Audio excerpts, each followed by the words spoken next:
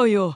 저 치매 아닙니다. 근데 다들 그러더군요. 노인네가 헛걸 받겠지 하고요. 아들이요? 그 애도 마찬가지예요. 엄마 요즘 왜 이렇게 까먹으세요? 아니요. 까먹은 적 없어요. 그냥 모른 척 했을 뿐이죠. 왜냐고요? 제가 지금부터 들려드릴 이야기는 제 돈을 몰래 쓰고도 떳떳하던 며느리, 그리고 그걸 다 알고도 바보인 척 했던 저의 마지막 반격입니다. 절대 그냥 넘길 수 없었던 그날의 진실 들어보시겠어요? 이정수는 새벽 5시면 어김없이 눈을 뜹니다. 75년을 살아온 몸이 알아서 깨워주는 시간이죠. 큰아들 이동훈의 집 작은 방에서 일어나 조용히 문을 열고 나갑니다. 발소리가 나지 않게 조심스럽게 걸으며 부엌으로 향합니다. 며느리 박선영은 아직 잠들어 있습니다. 정수는 냉장고를 열고 오늘 할 반찬을 생각해 봅니다. 시금치 무침, 콩나물 무침, 멸치볶음. 손에 익은 일이라 별 생각 없이도 척척 해낼 수 있는 요리들입니다. 어머니, 또 일찍 일어나셨네요. 선영이 잠옷차림으로 부엌에 나타납니다. 머리는 헝클어져 있고 얼굴엔 피곤한 기색이 역력합니다. 정수는 고개를 끄덕이며 대답합니다. 응. 잠이 안 와서 뭐 좀 해놓을까 했어. 에이, 그러지 마세요. 제가 할게요. 어머니는 그냥 쉬세요. 하지만 선영의 말투엔 진심이 담겨 있지 않습니다. 오히려 귀찮다는 듯한 한숨이 살짝 섞여 있죠. 정수는 그걸 모르지 않습니다. 하지만 모르는 척합니다. 아, 그래? 그럼 내가 뭘 하면 되지? 아무것도 안 하셔도 돼요. 그냥 거실에서 텔레비전이나 보세요. 정수는 순순히 고개를 끄덕입니다. 거실로 나가 소파에 앉아 리모컨을 듭니다. 아침 드라마가 나오고 있습니다. 젊은 남녀가 사랑을 속삭이는 장면이 나오자 정수는 작게 웃음을 짓습니다. 참 좋겠다. 저렇게 사랑받으며 사는 게. 마음속으로 혼잣말을 하며 채널을 돌립니다. 뉴스가 나오고 요리 프로그램이 나오고 다시 드라마가 나옵니다. 뭘 봐도 집중이 안 됩니다. 선영이 부엌에서 후다닥 간단한 아침을 차립니다. 토스트 2장에 우유 1잔. 동훈 몫입니다. 정순 몫은 따로 없습니다. 어머니, 드시고 싶은 거 있으세요? 아니야. 괜찮아. 나는 뭐 있는 거 먹으면 돼. 그럼 냉장고에 김치 있으니까 알아서 해 드세요. 제가 좀 늦어서요. 선영은 그 말을 남기고 화장실로 들어갑니다. 샤워하는 소리가 들려옵니다. 정수는 혼자 냉장고를 열고 어제 남은 밥을 꺼냅니다. 전자레인지에 데워서 김치와 함께 먹습니다. 짠맛이 혀끝을 자극하지만 별말 없이 다 먹어치웁니다. 동훈이 일어나 급하게 세수를 하고 나옵니다. 넥타이를 매며 인사를 건넵니다. 어머니, 다녀오겠습니다. 응. 조심해서 다녀와. 아들은 토스트를 입에 물고 현관으로 향합니다. 선영도 화장을 마치고 나와 가방을 듭니다. 어머니, 저도 나갔다 올게요. 오늘 친구들이랑 약속이 있어서요. 저녁은 늦을 것 같아요. 응. 그래, 조심해서 다녀와. 집안이 갑자기 조용해집니다. 정수는 혼자 남겨진 거실에서 다시 텔레비전을 봅니다. 하지만 이번엔 소리를 줄입니다. 너무 시끄러우면 이웃에게 민폐가 될까 봐서입니다. 점심때가 되자 정수는 라면을 끓여 먹습니다. 계란 하나를 넣고 파 조금을 썰어 넣습니다. 혼자 먹는 라면치고는 정성이 들어갔습니다. 오후가 되자 선영이 쇼핑백을 들고 돌아옵니다. 비싼 브랜드 로고가 적힌 가방들입니다. 어머니, 집에 계셨어요? 응. 어디 갈 데도 없어서. 아, 그러셨구나. 저는 친구들이랑 쇼핑 좀 했어요. 선영은 가방들을 들고 방으로 들어갑니다. 정수는 가만히 그 모습을 지켜봅니다. 마음속으론 궁금합니다. 그 비싼 물건들을 어떻게 샀을까? 동훈의 월급으로는 부족할 텐데. 하지만 입으론 아무 말도 하지 않습니다. 모르는 척, 관심 없는 척 합니다. 그게 이 집에서 살아가는 방법이라는 걸 오랫동안 배워왔거든요. 저녁이 되자 동훈이 돌아옵니다. 피곤한 얼굴로 소파에 털썩 주저앉습니다. 어머니, 오늘 어떻게 지내셨어요? 응. 그냥 텔레비전 보고 있었어. 그러셨구나. 아들과 나누는 대화는 점점 줄어들고 힘들어 할까봐 먼저 대화도 못하고 오히려 부담될 것 같아 눈치만 봅니다. 밤이 되자 정수는 자신의 방으로 들어갑니다. 작은 노트를 꺼내 뭔가를 적기 시작합니다. 오늘 있었던 일들, 선영이 사온 물건들, 집안 분위기, 꼼꼼히 기록해둡니다. 기억해야 해. 잊으면 안 돼. 마음속으로 되뇌며 펜을 움직입니다. 이상하게도 요즘 며느리가 자꾸 기억 안 나세요? 또 깜빡하셨네요. 걱정이에요. 라는 말을 자주 합니다. 마치 정순이 치매라도 걸린 것처럼 말이죠. 하지만 정순의 머리는 아직 또렷합니다. 모든 걸 기억하고 있고 모든 걸 지켜보고 있습니다. 다만 모르는 척할 뿐입니다. 그게 평화로운 방법이니까요. 정수는 매달 셋째 주 화요일이면 은행에 갑니다. 국민연금과 적금 이자를 확인하고 생활비를 조금씩 인출하는 날이죠. 오늘도 어김없이 가방을 들고 집을 나섭니다. 어머니, 어디 가세요? 선영이 거실에서 핸드폰을 보다가 고개를 듭니다. 은행에 좀 용돈 뽑으러. 아, 그러세요? 조심해서 다녀오세요. 선영의 대답은 무심합니다. 정순이 나간 후에도 계속 핸드폰만 들여다봅니다. 은행까지는 걸어서 10분 거리입니다. 정수는 천천히 걸으며 주변을 둘러봅니다. 단풍이 물들기 시작한 가로수, 분주히 걸어가는 사람들, 익숙한 동네 풍경들. 모든 게 평범하고 일상적입니다. 은행에 도착해 번호표를 뽑고 기다립니다. 순서가 되어 창구로 가자 직원이 친절하게 인사합니다. 어르신, 어떻게 도와드릴까요? 통장 정리 좀 해주세요. 그리고 50만 원 정도 뽑을게요. 직원이 통장을 받아 기계에 넣습니다. 잠시 후 통장을 내밀며 말합니다. 어르신, 잠깐만요. 좀 이상한데요. 정순의 눈빛이 순간 날카로워집니다. 하지만 곧 다시 흐릿한 표정으로 돌아갑니다. 뭐가 이상해요? 지난달에 카드로 150만 원이 결제됐는데 기억하세요? 정수는 잠시 멍하니 통장을 바라봅니다. 분명히 자신은 카드를 사용한 적이 없습니다. 온라인 쇼핑몰에서 결제됐다고 적혀 있습니다. 저는 인터넷 쇼핑 같은 거 안 하는데요. 그럼 혹시 가족분이 카드를 사용하셨나요? 정수는 고개를 갸우뚱합니다. 진짜 모르는 듯한 표정을 짓습니다. 글쎄요. 잘 모르겠어요. 요즘 기억이 좀. 직원은 동정어린 눈빛으로 정순을 바라봅니다. 혹시 카드를 잃어버리신 건 아니죠? 확인해 보세요. 정순이 지갑을 뒤적입니다. 카드는 그대로 있습니다. 하지만 마음속으론 의심이 피어오릅니다. 카드는 여기 있네요. 그럼 뭐지? 가족분께 여쭤보시는 게 좋을 것 같아요. 혹시 모르니까 카드 사용 내역서도 뽑아드릴게요. 정수는 내역서를 받아들고 은행을 나옵니다. 걸어가며 종이를 찬찬히 살펴봅니다.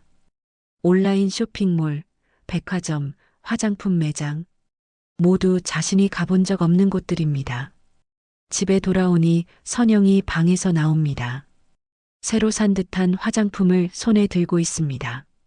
어머니, 다녀오셨어요? 은행 일은 잘 보셨고요? 응. 그런데 좀 이상한 게 있어서. 정순이 내역서를 보여주려 하자 선영이 얼른 받아듭니다. 뭔데요? 어디 보자. 선영의 표정이 미묘하게 변합니다. 하지만 금세 태연한 척합니다. 아, 이거요? 제가 어머니 카드로 생필품 좀 샀어요. 말씀 안 드렸나?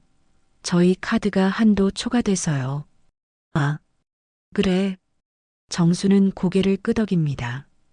하지만 마음속으론 의문이 듭니다. 생필품 치고는 금액이 너무 크고 화장품 매장에서 결제된 것도 이상합니다. 네, 앞으로는 미리 말씀드릴게요. 깜빡했네요. 선영은 내역서를 구겨서 쓰레기통에 버립니다. 정수는 그 모습을 조용히 지켜봅니다. 그날 밤 정수는 화장실에 가다가 선영의 방 앞을 지나갑니다. 문이 살짝 열려 있어 안이 보입니다. 침대 위에 쇼핑백들이 놓여 있고 선영이 새 옷을 입어보고 있습니다. 정수는 발걸음을 멈춥니다. 그 옷들이 모두 비싸 보입니다. 백화점에서 파는 브랜드 옷들입니다. 동훈의 월급으로는 사기 어려운 것들이죠. 역시 이게 더 예쁘네. 선영이 혼자 중얼거립니다. 거울 앞에서 이리저리 돌아보며 만족스러워합니다. 정수는 조용히 화장실로 향합니다. 마음속엔 확신이 자리 잡기 시작합니다. 하지만 아직은 아무 말도 하지 않습니다.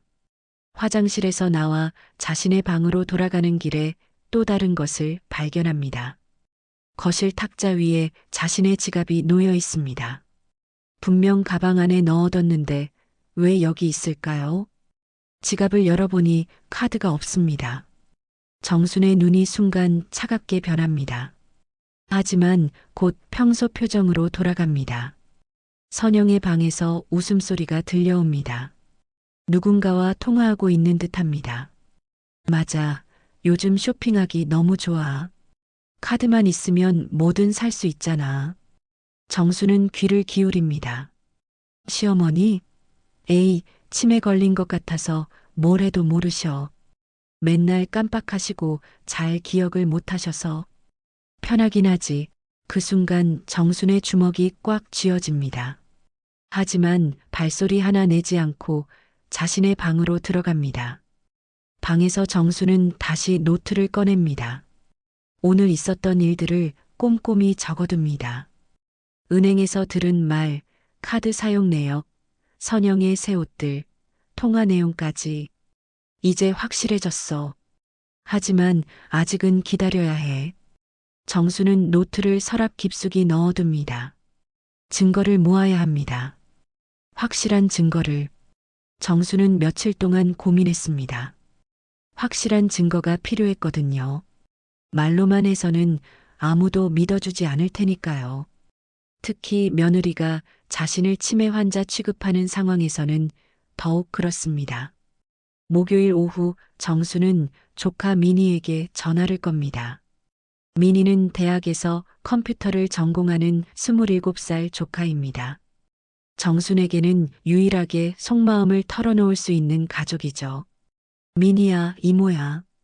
시간 있을 때 이모 집에 좀 와줄 수 있니? 네, 이모. 무슨 일이세요? 전화로는 말하기 어렵고 직접 와서 얘기하자. 미니는 이상하다는 듯 했지만 토요일에 오겠다고 약속합니다. 토요일이 되자 동훈 부부는 외출했습니다. 동훈은 골프 약속이 있다고 나갔고 선영은 친구들과 만난다며 쇼핑을 떠났습니다. 집에는 정순만 남았죠. 미니가 도착하자 정수는 조심스럽게 입을 엽니다. 미니야, 이모가 부탁할 게 하나 있는데. 뭔데요, 이모?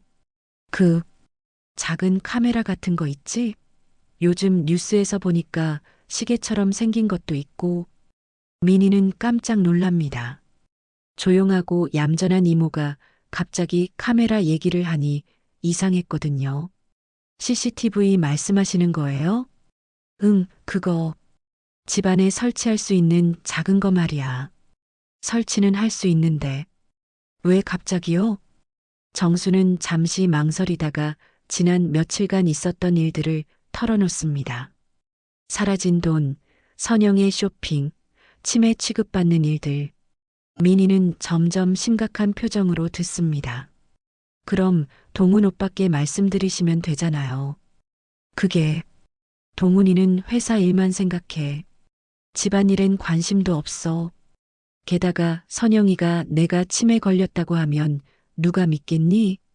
민희는 이모의 말이 맞다고 생각했습니다. 평소에도 오빠는 집안일에 무관심했고 이모는 워낙 조용한 성격이라 자신의 억울함을 제대로 표현하지 못했거든요. 알겠어요. 제가 도와드릴게요. 민희는 다음 주에 작은 CCTV를 가져오기로 약속합니다. 요즘은 인터넷에서 쉽게 구할 수 있는 소형 카메라들이 많으니까요. 일주일 후 민희가 작은 상자를 들고 찾아옵니다. 그 안에는 시계 모양의 초소형 CCTV가 들어 있습니다. 이거 WI-5로 연결되고 스마트폰으로도 실시간으로 볼 수 있어요. 이모 핸드폰에 앱도 깔아드릴게요. 그래. 그럼 내가 밖에 있어도 집안을 볼 수 있다는 거야? 네, 그리고 녹화도 자동으로 되니까 나중에 다시 볼 수도 있어요. 민희는 선영이 외출한 틈을 타서 거실 천장 모서리에 카메라를 설치합니다. 전혀 눈에 띄지 않는 위치입니다. 시계처럼 생겨서 인테리어 소품 같아 보이기도 하죠. 이제 됐어요. 이모 핸드폰으로 확인해 보세요. 정순이 핸드폰을 보니 거실이 선명하게 보입니다. 소파, 탁자, 현관까지 다 보입니다. 민희야, 고마워. 이거 비밀로 해줘. 당연하죠. 그런데 이모, 정말 조심하세요. 만약에 정말 그런 일이 벌어진다면. 응, 알겠어. 걱정 마. 민희가 떠난 후 정수는 며칠 동안 카메라 영상을 지켜봅니다. 처음 며칠은 별일 없었습니다. 선영이 청소를 하거나 드라마를 보는 평범한 모습들만 보였죠. 하지만 수요일 오후 결정적인 순간이 찾아옵니다. 선영이 정순의 가방을 뒤지고 있습니다. 지갑을 꺼내서 카드를 빼내더니 컴퓨터 앞에 앉습니다. 온라인 쇼핑몰에 접속해서 옷을 고르기 시작합니다. 정수는 밖에서 핸드폰으로 그 모습을 지켜보고 있습니다. 심장이 쿵쾅거리지만 참고 견딥니다. 선영은 아무렇지도 않게 카드로 결제를 합니다. 15만 원짜리 블라우스, 20만 원짜리 가방, 3만 원짜리 화장품. 거침없이 장바구니에 담고 결제합니다. 결제를 마친 후 선영은 화장을 고치며 중얼거립니다. 어차피 치매이고 정신도 오락가락하는데 이 정도는 모르겠지. 나도 좀 살아야지. 그 말을 들은 정순의 얼굴이 굳어집니다. 화가 나지만 아직은 참아야 합니다. 선영은 카드를 다시 지갑에 넣고 원래 자리에 가방을 둡니다. 마치 아무 일도 없었던 것처럼요. 정순이 집에 돌아오자 선영이 태연하게 인사합니다. 어머니, 어디 다녀오셨어요? 응, 산책 좀 하고 왔어. 그러셨구나. 저녁 뭐 드실래요? 아니, 괜찮아. 선영의 연기는 완벽합니다. 방금 전 남의 카드로 쇼핑을 했다는 티가 전혀 나지 않습니다. 그날 밤 정수는 녹화된 영상을 다시 봅니다. 선영이 카드를 꺼내는 장면부터 쇼핑하는 장면, 중얼거리는 장면까지 모든 게 선명하게 기록되어 있습니다. 이제 확실한 증거가 생겼어. 정수는 USB에 영상을 저장합니다. 그리고 노트에 날짜와 시간, 결제 금액까지 꼼꼼히 기록해둡니다. 며칠 후 또 다른 영상이 찍힙니다. 이번에는 선영이 친구와 통화하는 장면입니다. 맞아, 요즘 쇼핑 중독이야. 시어머니 카드로 하니까 부담도 없고 어차피 기억도 못 하시잖아. 그래도 들키면 어떡해? 에이, 뭘. 치매 걸린 사람 말을 누가 믿어? 나는 절대 안 했다고 하면 그만이야. 정수는 이 대화까지 모두 녹화합니다. 이제 의심의 여지가 없는 확실한 증거가 모였습니다. 정수는 일주일 동안 더 많은 증거를 모았습니다. CCTV에는 선영이 카드를 무단으로 사용하는 장면이 여러 번 찍혔고 각각의 날짜와 시간, 결제 금액까지 모두 기록되어 있었습니다. 월요일 아침 정수는 혼자 법률구조공단에 갑니다. 선영에게는 병원에 간다고 말하고 나왔죠. 어르신, 무슨 일로 오셨나요? 상담 직원이 친절하게 물어봅니다. 정수는 준비해온 서류들을 꺼내놓습니다. 카드 사용 내역서, CCTV 영상이 담긴 USB, 그리고 자신이 직접 작성한 일지까지. 며느리가 제 카드를 무단으로 사용하고 있어요. 그것도 제가 치매에 걸렸다고 거짓말하면서요. 상담사는 영상을 보더니 표정이 심각해집니다. 이건 명백한 사기 행위입니다. 카드 명의 도용이기도 하고요. 바로 은행과 경찰서에 신고하세요. 정수는 은행에 가서 정식으로 이의 제기를 신청합니다. 직원은 영상 증거를 보고 즉시 카드 사용을 정지시킵니다. 집으로 돌아오는 길 정순의 마음은 단단해져 있었습니다. 이제 돌이킬 수 없는 선택을 한 거니까요. 집에 도착하니 선영이 거실에서 쇼핑백을 정리하고 있습니다. 또 새로 산 옷들이 가득합니다. 어머니, 병원 다녀오셨어요? 응, 그냥 정기검진 받고 왔어. 저녁 때 동훈이 돌아옵니다. 선영은 남편을 부엌으로 불러 속삭입니다. 여보, 어머니 상태가 정말 심각해요. 왜 무슨 일 있었어? 오늘도 병원 갔다 오셨는데 뭘 받았는지도 기억 못 하세요. 그리고 어제는 같은 질문을 10번도 넘게 하시더라고요. 정수는 거실에서 그 대화를 듣고 있었습니다. 선영이 거짓말을 하고 있다는 걸 알고 있지만 가만히 있었습니다. 정말? 그럼 이제 치매 초기 증상이 확실해요. 그리고 요즘 밤에 이상한 행동도 하시고요. 이상한 행동? 냉장고 문을 계속 여닫으시거나 없는 사람과 대화하시기도 해요. 며칠 전에는 새벽에 일어나서 가방을 뒤지시더라고요. 정순의 얼굴이 굳어집니다. 모든 게 거짓말입니다. 하지만 동우는 아내의 말을 그대로 믿고 있었습니다. 그럼 어떻게 해야 할까요? 전문적인 케어가 필요해요. 솔직히 제가 혼자 감당하기엔 너무 힘들어요. 선영의 목소리에 눈물까지 섞여 있습니다. 완벽한 연기였습니다. 화요일 아침 선영이 정순에게 다가옵니다. 어머니, 좋은 소식이 있어요. 좋은 소식? 네, 어머니를 위한 특별한 곳을 찾았어요. 요양원인데 정말 좋은 곳이에요. 정수는 잠시 침묵합니다. 요양원. 네, 어머니 같은 어르신분들을 전문으로 돌봐주는 곳이에요. 의사 선생님도 상주하시고 간호사분들도 친절하시대요.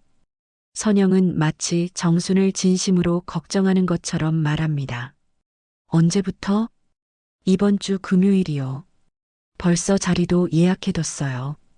정순의 눈이 순간 차갑게 변했다가 다시 흐릿해집니다. 그렇게 빨리? 네, 어머니 상태가 갈수록 나빠지시니까 하루라도 빨리 전문 치료를 받으시는 게 좋을 것 같아서요. 그때 동훈이 출근 준비를 하며 나타납니다. 어머니, 선영이가 어머니를 위해서 정말 좋은 곳을 찾았어요. 응? 거기서 어머니 병도 치료받으시고 또래분들과도 어울리실 수 있어요. 동훈의 말에는 진심이 담겨 있었습니다. 정말로 어머니를 위한다고 생각하고 있었거든요. 그런데 비용은? 걱정 마세요, 어머니. 어머니 통장에서 나가니까 부담 없어요. 선영이 빠르게 대답합니다. 정순의 돈으로 요양원비를 내겠다는 뜻이었습니다. 정수는 고개를 끄덕입니다. 알겠다. 오후에 선영이 친구와 통화하는 모습이 또 CCTV에 찍힙니다. 드디어 해방이야. 금요일에 요양원 보내기로 했어. 정말 잘 됐네. 그럼 이제 자유롭게 살 수 있겠다. 맞아. 그리고 통장도 내가 관리하게 될 거야. 치매 환자는 재산 관리 능력이 없다고 하면 되거든. 와, 그럼 완전 대박이네. 연금도 계속 나올 테고. 그러니까. 진작 이렇게 할 걸 그랬어. 정수는 그 대화를 핸드폰으로 실시간으로 듣고 있었습니다. 더 이상 참을 수가 없었습니다. 그날 밤 정수는 조카 미니에게 긴급히 전화를 겁니다. 미니야, 내일 아침에 꼭 와줘. 급한 일이 생겼어. 무슨 일이세요, 이모? 금요일에 요양원에 가게 됐어. 그 전에 해야 할 일이 있어. 미니는 이모의 절박한 목소리를 듣고 놀랍니다. 네, 내일 첫 차 타고 갈게요. 수요일 아침 선영이 정순의 옷가지를 정리하기 시작합니다. 어머니, 필요한 옷들만 챙겨드릴게요. 요양원에서는 많이 필요 없대요. 응.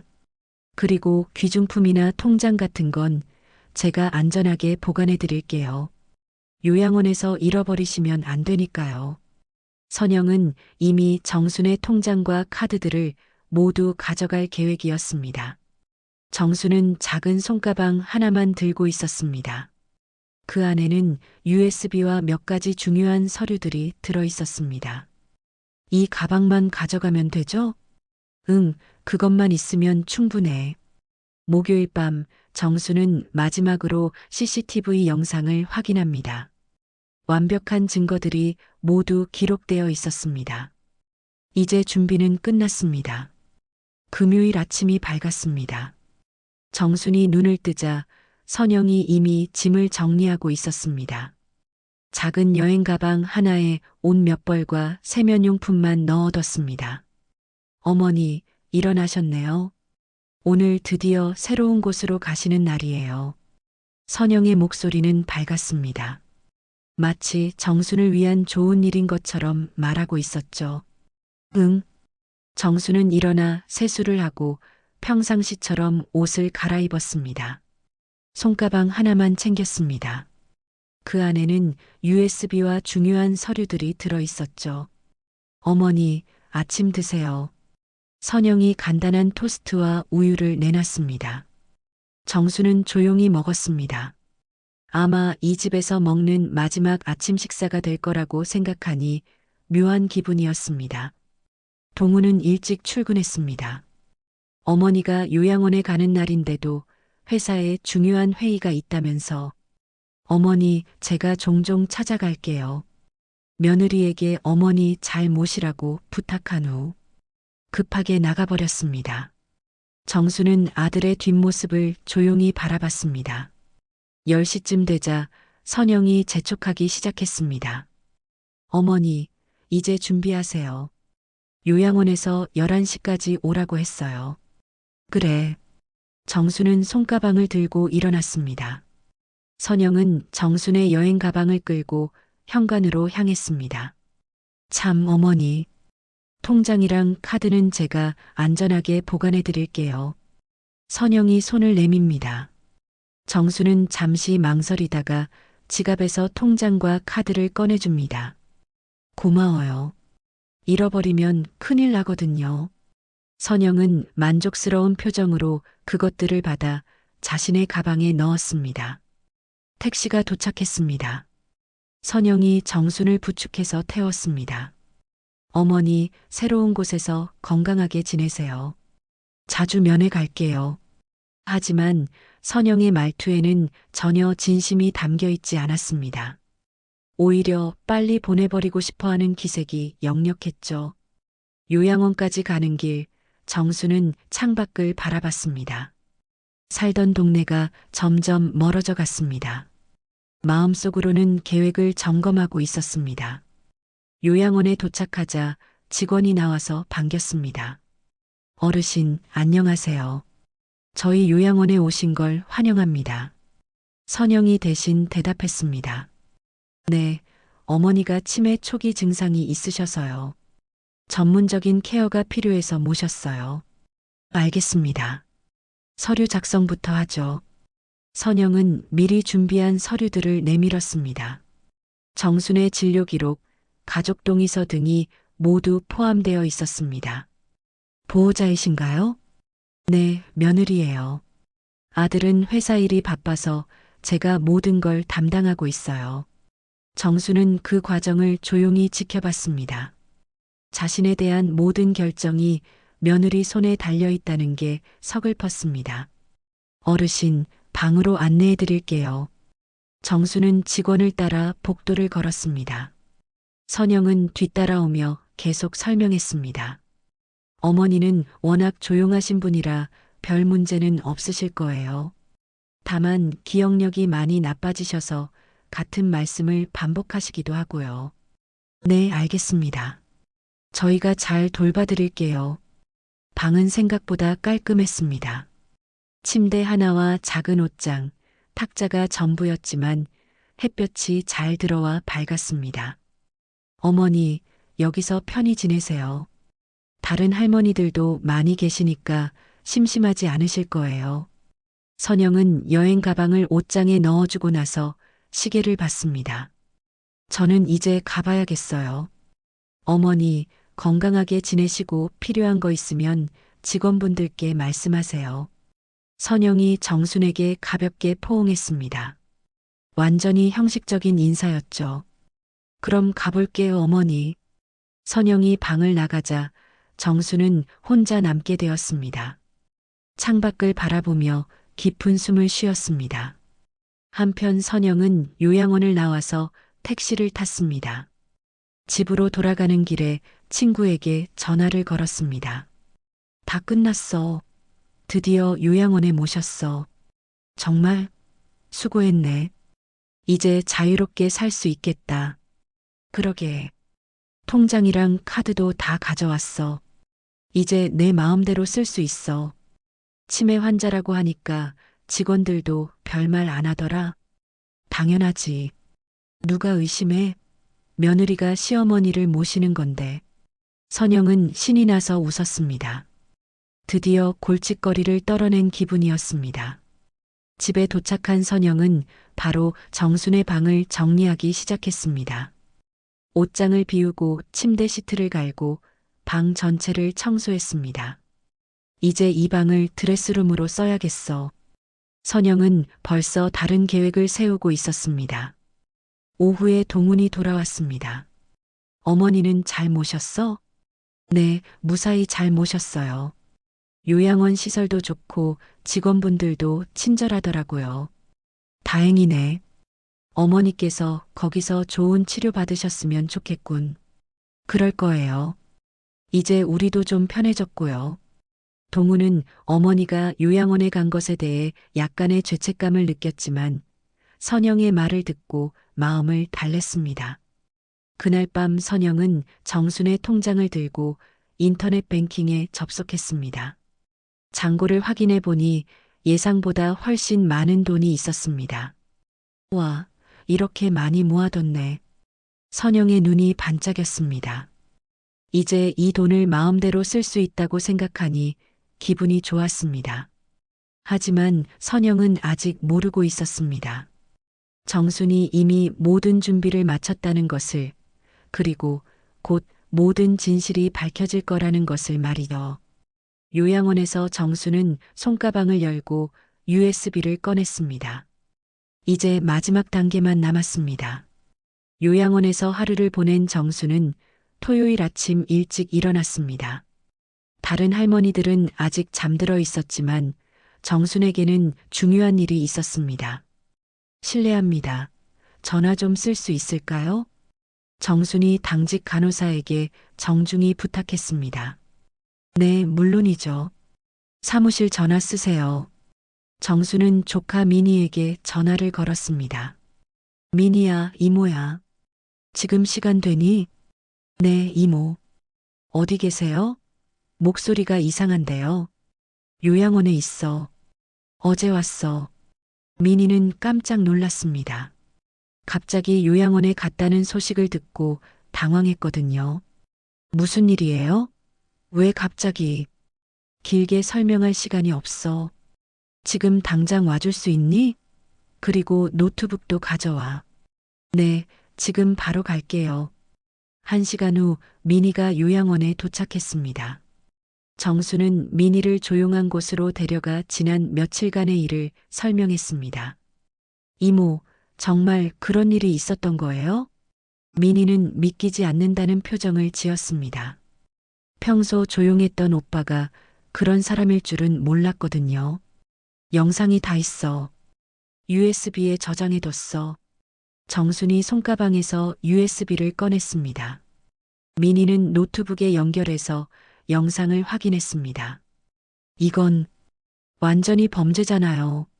화면에는 선영이 정순의 카드로 쇼핑하는 장면이 선명하게 담겨 있었습니다. 그리고 치매라고 무시하며 웃는 모습까지. 이 영상을 어떻게 할 거예요? 인터넷에 올려야 해. 사람들이 알아야 해. 민희는 고민했습니다. 가족 간의 일을 공개하는 게 좋을지 확신이 서지 않았거든요. 하지만 이모, 이렇게 하면 되돌릴 수 없어요. 이미 되돌릴 수 없어. 내가 요양원에 있는 지금이 바로 그 증거야. 정순의 목소리에는 단호함이 담겨 있었습니다. 알겠어요. 제가 도와드릴게요. 민희는 영상을 편집하기 시작했습니다. 가장 결정적인 장면들만 골라서 5분 분량으로 만들었습니다. 선영이 카드를 훔치는 장면, 온라인 쇼핑하는 장면, 그리고 치매라고 비웃는 장면까지. 제목은 뭘로 할까요? 나는 치매가 아닙니다. CCTV가 말해준 진실이라고 써줘. 민희는 유튜브와 여러 커뮤니티 사이트에 영상을 업로드했습니다. 익명으로 올렸지만 내용은 충격적이었습니다. 업로드 완료됐어요. 고마워, 민희야. 이제 기다려보자. 그날 오후 영상이 서서히 퍼지기 시작했습니다. 처음에는 조회수가 몇백 개였지만 시간이 지나면서 급속도로 늘어났습니다. 댓글들이 쏟아져 들어왔습니다. 이런 며느리가 어디 있어요? 정말 악질이네요. 노인을 치매라고 무시하고 돈을 훔치다니 범죄자예요. 이 할머니 너무 불쌍해요. 누가 도와드려야 해요. 경찰에 신고해야 하는 거 아닌가요? 일요일이 되자 영상 조회수가 10만 개를 넘어섰습니다. 각종 온라인 커뮤니티에서 화제가 되었고 뉴스에서도 관심을 보이기 시작했습니다. 선영은 아직 아무것도 모르고 있었습니다. 일요일 아침 늦게 일어나서 여유롭게 커피를 마시며 핸드폰을 봤습니다. 친구로부터 메시지가 왔습니다. 야, 너 이거 봤어? 링크 보내줄게. 선영이 링크를 클릭하는 순간 얼굴이 새하얗게 변했습니다. 자신이 정순의 카드로 쇼핑하는 모습이 그대로 공개되어 있었거든요. 이게 뭐야? 선영은 당황해서 영상을 다시 봤습니다.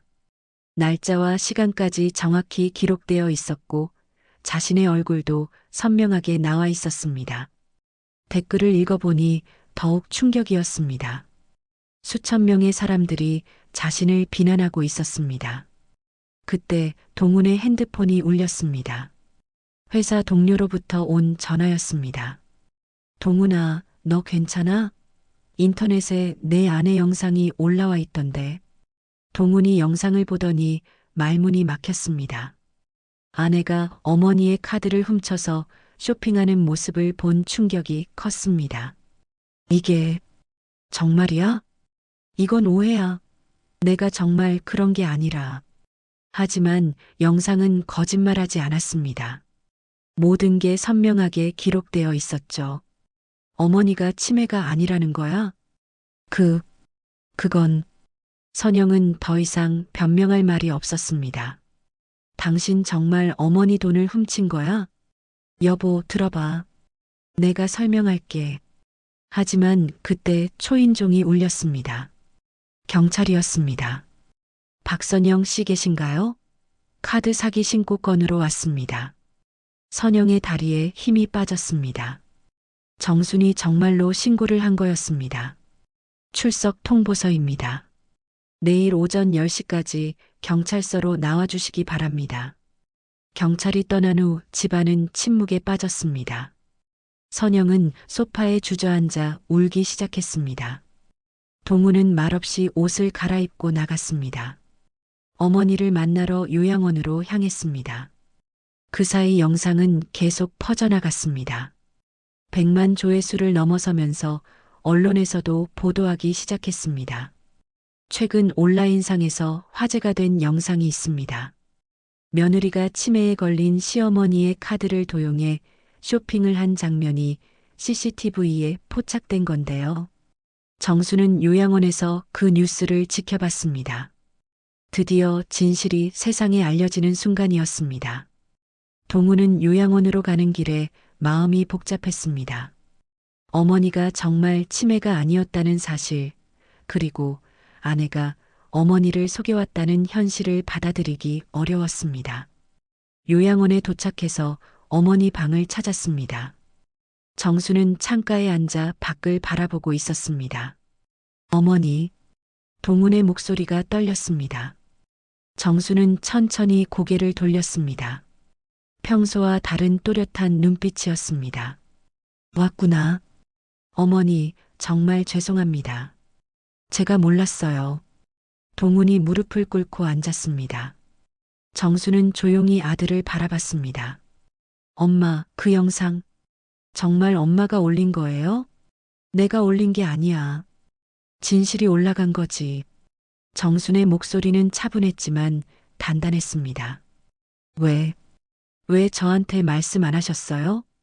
말했으면 믿어줬겠니? 내 아내가 나를 치매 환자라고 했는데. 동우는 할 말이 없었습니다. 정말로 아내의 말만 믿고 어머니의 말은 들으려 하지 않았거든요.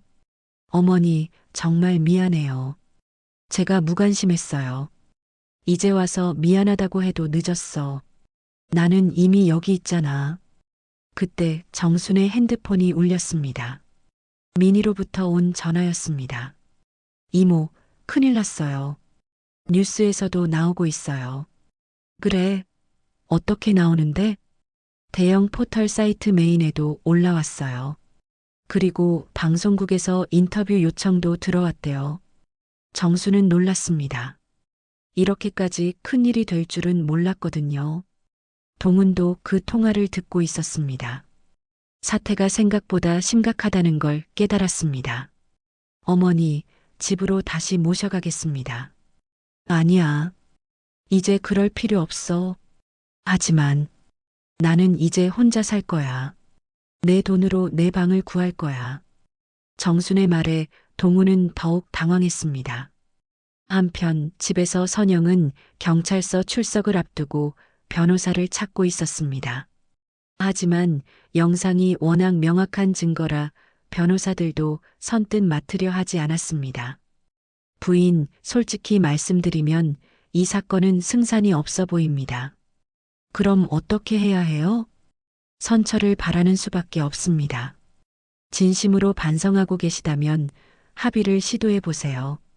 선영은 절망적인 기분이었습니다.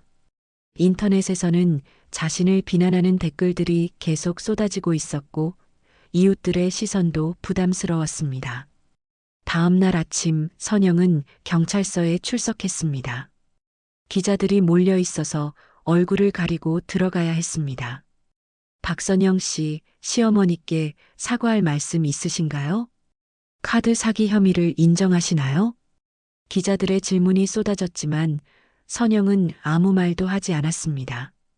경찰서에서 조사가 시작되었습니다. 담당 형사가 CCTV 영상을 보여주며 물었습니다. 이 영상이 본인 맞나요? 선영은 더 이상 부인할 수 없었습니다. 네, 맞습니다.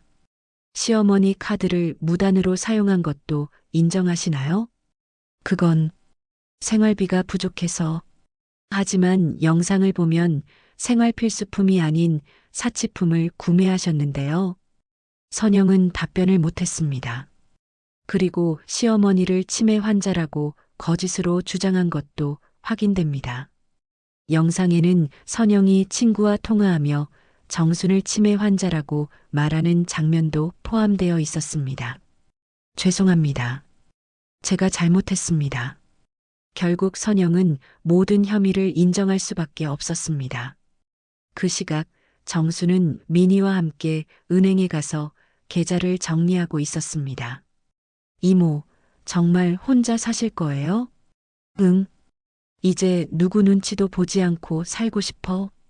그럼 제가 좋은 원룸 하나 알아봐 드릴게요. 정수는 고개를 끄덕였습니다. 40년 넘게 시집살이를 하며 참고 살았는데 이제는 자유롭게 살고 싶었습니다. 오후에 동훈이 다시 요양원을 찾았습니다. 이번에는 꽃다발을 들고 왔습니다. 어머니, 정말 집으로 안 오실 거예요? 안 가. 나는 이제 내 길로 갈 거야. 선영이는 경찰서에 갔어요. 아마 처벌받을 거예요. 당연하지. 잘못한 사람은 벌받아야 해. 동우는 어머니의 단단한 의지를 느꼈습니다. 그럼 저라도 자주 찾아뵐게요. 내가 정말 반성한다면 그렇게 해. 하지만 형식적으로는 하지 마. 동우는 고개를 끄덕였습니다.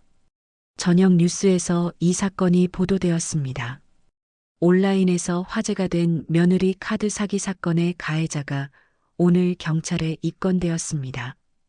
피해자인 75세 할머니는 치매가 아닌 정상인으로 확인되었으며 가해자는 시어머니를 치매 환자로 허위 주장하며 카드를 도용한 혐의를 받고 있습니다. 뉴스에서는 전문가 인터뷰도 나왔습니다. 최근 노인 대상 경제적 학대가 증가하고 있습니다. 특히 가족에 의한 학대는 발견하기 어려워 더욱 심각한 문제입니다. 정수는 그 뉴스를 보며 생각했습니다. 자신과 같은 일을 당하는 노인들이 많다는 사실이 안타까웠습니다. 그날 밤 정수는 일기를 썼습니다. 오늘 진실이 모두 드러났다. 힘들었지만 참고 견뎌낸 보람이 있다. 이제 새로운 시작이다. 한편 선영은 집에서 혼자 울고 있었습니다. 모든 것을 잃었다는 생각에 절망감이 밀려왔습니다. 동훈도 회사에서 동료들의 시선을 감당하기 어려웠습니다. 아내의 일로 인해 자신도 주목받고 있었거든요. 하지만 정수는 평온했습니다.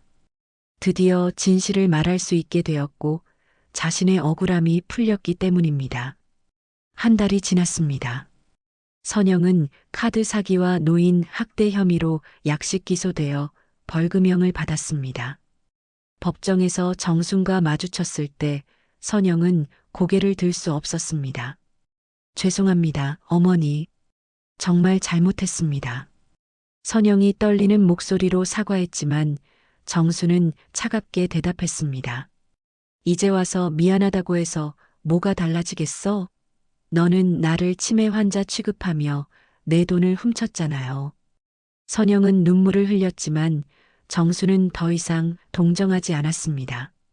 법원을 나온 정수는 민희와 함께 새로운 보금자리로 향했습니다. 작은 원룸이지만 자신만의 공간이었습니다.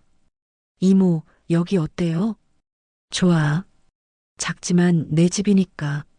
정수는 만족스러운 표정으로 방을 둘러봤습니다. 작은 냉장고, 전자레인지, 침대와 옷장. 모든 게 자신이 직접 골라서 산 것들이었습니다. 이모 정말 대단해요. 이렇게 당당하게 해내시다니. 나도 처음엔 무서웠어.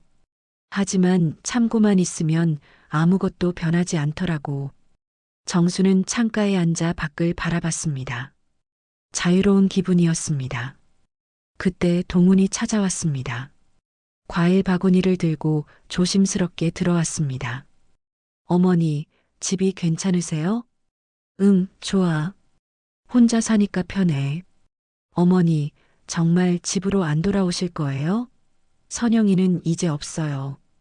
이혼했어요. 정수는 놀랐습니다. 아들이 결국 이혼을 결정했다는 것을 몰랐거든요. 그래. 그럼 너 혼자 사는 거야? 네, 그런데 너무 외로워요. 어머니가 그리워요.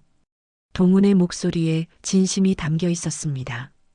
어머니를 잃고 나서야 그 소중함을 깨달은 거였습니다. 동훈아, 나는 이제 내 인생을 살고 싶어. 누구 눈치 보지 않고 내 마음대로 살고 싶어? 알겠어요. 하지만 가끔은 찾아뵈도 되죠? 진심으로 찾아온다면 언제든 환영해. 정수는 아들을 완전히 밀어내지는 않았습니다. 하지만 예전처럼 의존적인 관계는 원하지 않았습니다. 며칠 후 정순에게 뜻밖의 연락이 왔습니다. 방송국에서 인터뷰 요청을 해온 것입니다. 할머니, 저희 프로그램에 출연해 주실 수 있을까요? 노인 학대 예방을 위한 특집 방송입니다. 정수는 고민했습니다. 자신의 이야기가 다른 노인들에게 도움이 될 수도 있겠다는 생각이 들었습니다. 좋아요. 할게요. 방송 당일 정수는 단정한 옷을 입고 방송국에 갔습니다. 미니가 함께 동행했습니다. 긴장되세요? 아니야. 진실을 말하는 건데 뭐가 무서워. 스튜디오에서 진행자가 정순을 반겼습니다. 할머니, 오늘 나와주셔서 감사합니다. 네, 저 같은 일이 다른 분들에게 일어나지 않았으면 해서 나왔어요. 방송이 시작되자 정수는 담담하게 자신의 이야기를 들려줬습니다. 처음엔 정말 조용히 살려고 했어요.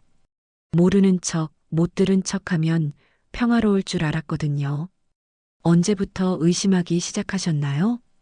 은행에서 카드 사용 내역을 확인했을 때부터요. 그때까지는 정말 몰랐어요. 그런데 왜 바로 말씀하지 않으셨나요? 누가 믿어주겠어요? 며느리가 저를 치매 환자라고 했는데. 그래서 증거를 모았죠. CCTV 설치는 어떻게 생각하셨나요? 조카가 도와줬어요. 혼자서는 할 수 없었을 거예요. 진행자가 화면을 가리키며 말했습니다.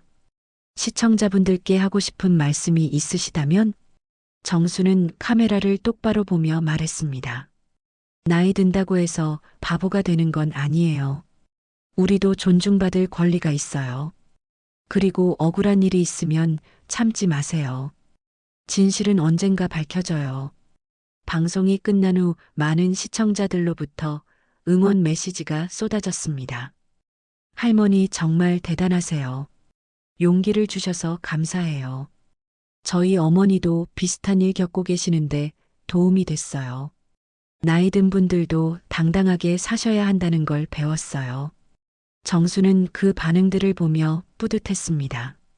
자신의 경험이 다른 사람들에게 도움이 되고 있다는 생각이 들었거든요.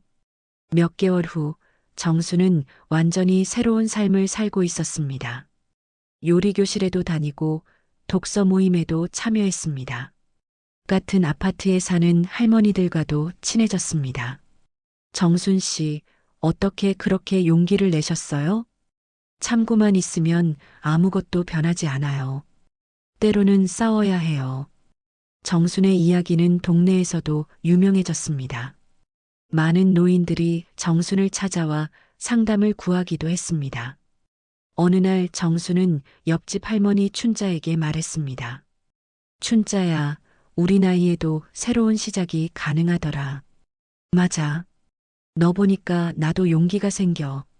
정수는 이제 더 이상 누구의 눈치도 보지 않았습니다. 자신의 의견을 당당하게 말하고 하고 싶은 일을 했습니다. 동우는 일주일에 한 번씩 어머니를 찾아왔습니다. 처음엔 어색했지만 점점 자연스러워졌습니다. 어머니, 요즘 정말 밝아 보이세요. 그래, 마음이 편하니까 그런가 봐. 어머니한테 배운 게 많아요. 앞으로는 더 관심 갖고 살게요. 정수는 아들이 조금씩 변하고 있다는 걸 느꼈습니다. 그날 밤 정수는 일기를 썼습니다. 75살의 새로운 인생을 시작했다. 늦었다고 생각할 수도 있지만 지금이 가장 빠른 때다. 나를 기억하자. 조용하고 순종적인 며느리가 아닌 당당하고 지혜로운 이정순을 말이다. 창밖으로 달빛이 들어왔습니다. 정수는 평온한 마음으로 잠자리에 들었습니다. 내일은 또 어떤 새로운 하루가 기다리고 있을까요? 치매라는 거짓 딱지를 떼어내고 진짜 자신을 되찾은 정순의 새로운 인생이 시작된 것입니다.